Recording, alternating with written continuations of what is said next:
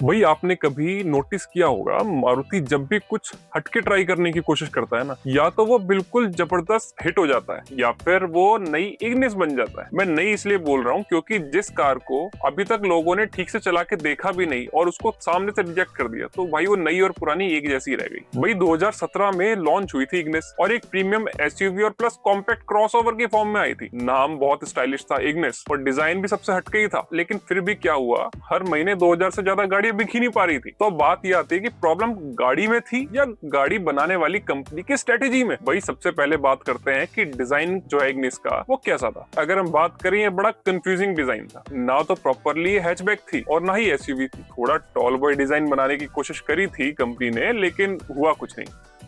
तो लोग बस यही सोचते रह गए एसयूवी समझ के खरीदूं या फिर मैं इसे हैचबैक समझ के खरीदूं। और डिजाइन कुछ ऐसा कि मतलब पहली नजर में तो लोगों को पसंद ही नहीं आती थी। फिर आती है बात पोजीशनिंग की, तो भाई इसको बेचा गया नेक्सा के शोरूम में, मतलब मारुति की प्रीमियम गाड़ी के शोरूम में। लेकिन प्रीमियम के नाम पे इग्निस में कुछ भी नहीं था। इग्निस वही 1.2 लीटर जो स्विफ्ट में इंजन आता था और जो बलेनो में आता है उसी के साथ आई थी। तो कस्टमर के दिमाग में बस यही था, यार जब सेम इंजन सब कुछ सेम चीज मुझे कम पैसों में मिल रही है तो मैं इग्निस पे क्यों जाऊं। और यहीं पर इग्निस फंस गई। अब आती है सबसे इंपॉर्टेंट बात, सेफ्टी। भाई 2022 के ग्लोबल एनकैप में इस गाड़ी ने 1 स्टार स्कोर किया था। और आजकल के टाइम में कोई भी इंसान जब गाड़ी खरीदने जाता है ना, पहले यूट्यूब पे देख लेता है भाई इस गाड़ी के क्रैश टेस्ट रेटिंग क्या आई है, 4 स्टार है 5 स्टार है। और अगर 4 स्टार से नीचे आती है तो भाई लोग ज्यादातर अपने हाथ पहले पीछे खींच लेते हैं। और यही वजह है जो मारुति का मार्केट शेयर है वो पहले से कम होता जा रहा है और टाटा का मार्केट शेयर बहुत बढ़ता जा रहा है। खैर अभी हम इग्निस पे आते हैं। तो वहीं एंट्री होती है इग्निस के सेगमेंट में कंपटीशन की। मतलब टाटा टियागो जो 4 स्टार रेटेड कार थी, Tata Nexon 5 star rated car, Punch 5 star rated car, और यहाँ तक कि फ्रॉन्क्स जो खुद मारुति की अपनी कार है वो भी देखने भालने में इग्निस से बेहतर ही लगती है। और सबसे बड़ी बात तो ये है कि खुद मारुति ने ही खुद इसको कम्पीट कर दिया। मतलब कंपटीशन में स्विफ्ट भी है, वैगनार भी है, बलेनो भी है और सबसे बेटर वैल्यू लगने वाली कार फ्रॉन्क्स भी है। तो इग्निस के साथ भाई ऐसा क्यों किया मारुति ने, वो तो खैर समझ से परे है। तो कुल मिला के आप ये कह लो कि डिजाइन बोल्ड था, वो बात अलग है, किसी को समझ नहीं आया। प्रीमियम पोजीशनिंग थी, प्रीमियम के नाम पे कुछ भी नहीं था। सेफ्टी तो भाई साहब दूर दूर तक थी ही नहीं गाड़ी में। और मार्केट एसयूवी की तरफ भाग रही है और ये गाड़ी ना तो एसयूवी बन पा रही थी और ना ही हैचबैक। तो इसका कुछ पता नहीं चल रहा था कि भाई ये कार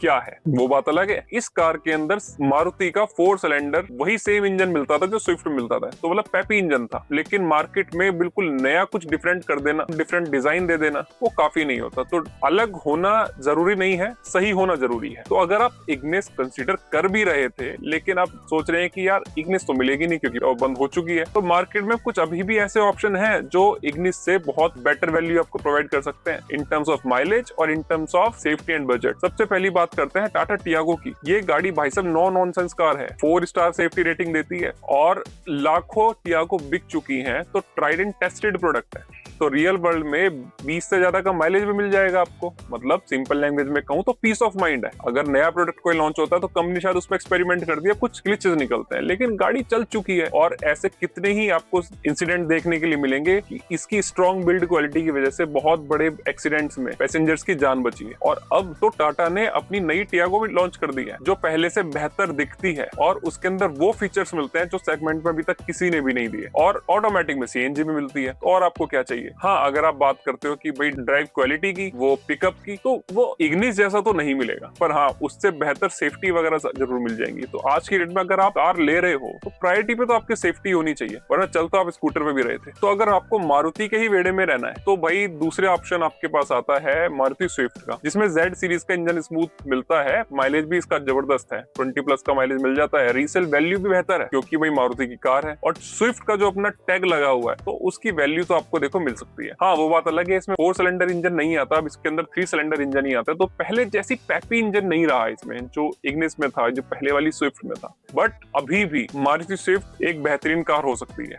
बस आपको सेफ्टी में कॉम्प्रोमाइज करना पड़ेगा। तो कुल मिला के सिटी में चलाने के लिए एक अच्छी कार हो सकती है। लेकिन मैं जरूर इसके साथ ये जरूर कहूंगा, मैं 4 स्टार या 5 स्टार रेटेड कार को, एक हाई सेफ्टी रेटिंग वाली कार को ज्यादा तवज्जो दूंगा बजाय इसके कि आप एक लो सेफ्टी वाली कार लें। फिर बात आती है हुंडई की। Hyundai Hyundai grand i10। भाई साहब जिस प्राइस पे ये कार आती है, मैं अभी भी कहूंगा कि क्रैश टेस्ट रेटिंग में ये कम इसने स्कोर किया था, लेकिन मैं बात करता हूँ माइलेज की, तो 20+ का तो नहीं, लेकिन हाँ आपको डिसेंट सा माइलेज दे देगी। सर्विस कॉस्ट देखिए मारुति से थोड़ी ज्यादा है हुंडई की, लेकिन बहुत ज्यादा भी नहीं है। लेकिन आपको जो इंटीरियर की क्वालिटी मिलती है, जो क्वालिटी ऑफ मटेरियल मिलता है, वो टॉप नॉच है। इसमें तो हुंडई मारुति से काफी आगे है। और हाँ आपको सीएनजी के ऑप्शंस भी मिलते हैं, तो जेब पे भारी तो नहीं पड़ेगी। लेकिन इसी के साथ मैं एक कार और ऐड करना चाहता हूँ। भाई इग्निस कितने की आती थी? 5.5 लाख रुपए से लेकर 7.5 लाख रुपए तक का इसका एक शोरूम प्राइस था। आप ऑन रोड मान के चलिए 7.5 लाख रुपए का जब इसका एक शोरूम प्राइस था, तो आपको करीब 8.5-9 लाख रुपए के आसपास पड़ती। आपको 8.5-9 लाख रुपए के आसपास ऑन रोड पड़ती। तो अगर इस प्राइस में आपको एक 4 to 5 स्टार रेटेड कार मिल जाए, एक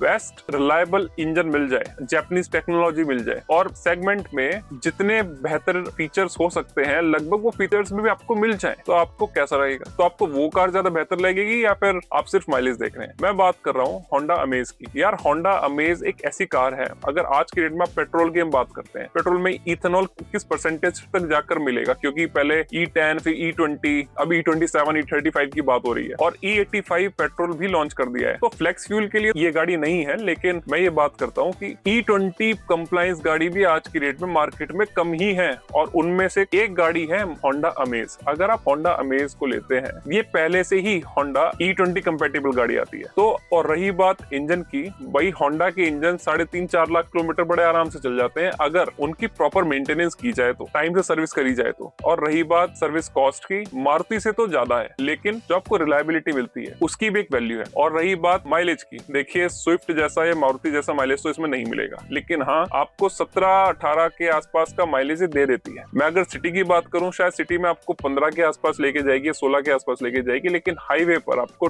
20 से ऊपर का माइलेज दे देती है। तो अगर आपको इस तरह की कार जिसमें बेटर बूट स्पेस में मिल जाए, एंड फिट एंड फिनिश के साथ, और एक अच्छी सेफ्टी रेटिंग वाली कार, तो मैं समझता हूँ एक ऐसी कार आपको ज्यादा सुटेबल रहेगी, बजाय इसके कि आप किसी स्विफ्ट या और किसी ऐसी कार पे जाएं जिसकी सेफ्टी रेटिंग कम है। तो 2026 में भी अगर आप एक ऐसी कार ले रहे हैं जो सेफ नहीं है, या जिसमें लो रिलायबिलिटी है, या जिसके अंदर ऐसी चीजें नहीं है जो आपकी बेसिक नीड्स हैं, तो शायद फिर आपको अपना डिसीजन चेंज करना चाहिए। तो कुल मिला के अगर बात करें, आज की डेट में इग्निस का चैप्टर क्लोज हो चुका है। भाई सेल्स डाउन थी, डिमांड लो थी, तो मारुति ने चुपचाप इसे बंद कर दिया कि भाई हम इग्निस आगे बेचेंगे ही नहीं। तो अब क्या, मारुति अब एक नए माइक्रो एसयूवी पे काम कर रही है, जिसका नाम दिया है Y43। तो भाई सिंपल सी बात है, टाटा पंच और हुंडई एक्स्टर के जो डायरेक्ट टक्कर में कार निकालेंगे ना, ये उसका कॉन्सेप्ट नेम तो इन्होंने Y43 रखा है। अब उसका एक्चुअल नाम क्या होगा और कब वो लॉन्च होगी, इसकी तो अभी क्लैरिटी नहीं है, लेकिन हाँ 2026 के अंदर तो लॉन्च नहीं होने वाली। अब की बार एक चीज जरूर क्लियर है भाई, जैसे पहले वो ना तो एसयूवी थी ना हैचबैक थी इग्निस, अब की बार जो कार लॉन्च होगी वो प्रॉपर एसयूवी ही होगी, मिनी एसयूवी, और ये गाड़ी नेक्सा के शोरूम से बिकेगी, मतलब ये ब्रेजा के नीचे पोजीशन होगी, और इसके अंदर एक प्रीमियम फील थोड़ा सा रहेगा, और ऑब्वियसली माइलेज तो मिलेगा ही। तो इसके अंदर इंजन ऑप्शंस की अगर बात करें तो 1.2 लीटर का Z सीरीज का पेट्रोल इंजन मिलेगा, माइल्ड हाइब्रिड टेक्नोलॉजी के साथ। वैसे एक्चुअल में माइल्ड हाइब्रिड कुछ भी नहीं है, एक गिमिक है, तो आपको नेचुरली एस्पिरेटेड इंजन ही है, और जो आपको बेटर माइलेज दे सकता है, लगभग 20 kmpl से ऊपर किया, और इसमें सीएनजी का ऑप्शन भी मिल सकता है, जो जाहिर सी बात है मारुति देता ही है, और पॉसिबली इसके अंदर टर्बो इंजन भी मिल सकता है,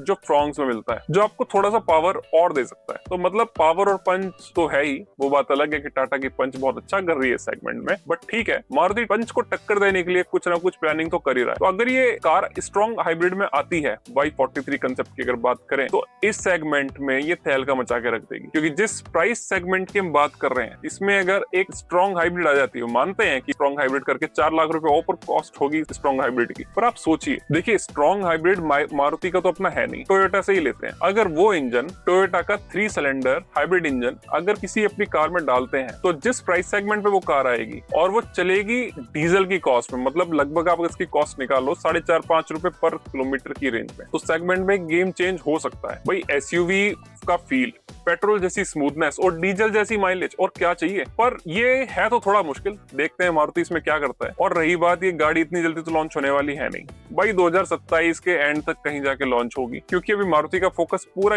इस पे है कि बड़ी एसयूवीज कैसे बेची जाएं और कैसे लॉन्च की जाएं, जैसे ब्रेजा फेसलिफ्ट, और नई 8 एसयूवी पाइपलाइन में है अभी 2030 तक, तो देखते हैं क्या होता है। लेकिन अगर मैं बात करता हूँ, अगर आप इग्निस लेने का वाकई में प्लान कर रहे थे, आप इग्निस की जगह टाटा की पंच लेते हैं, वो आपको देखिए एक स्ट्रॉन्ग बिल्ड जरूर दे सकती है, लेकिन आपको ड्राइविंग एक्सपीरियंस बहुत अच्छा नहीं दे सकती वो कार। आपको इंजन से वो पिकअप नहीं मिलेगा, वो रिस्पॉन्स नहीं मिलेगा। तो टाटा जिस प्राइस सेगमेंट वो कार बेचता है वो ठीक है, डिसेंट है, वैल्यू फॉर मनी है। बट अगर आपको सेफ्टी भी चाहिए, आपको ड्राइविंग प्लेजर भी चाहिए, स्मूथ इंजन भी चाहिए, रिलायबिलिटी भी चाहिए, तो Honda amaze can be the better option. नहीं है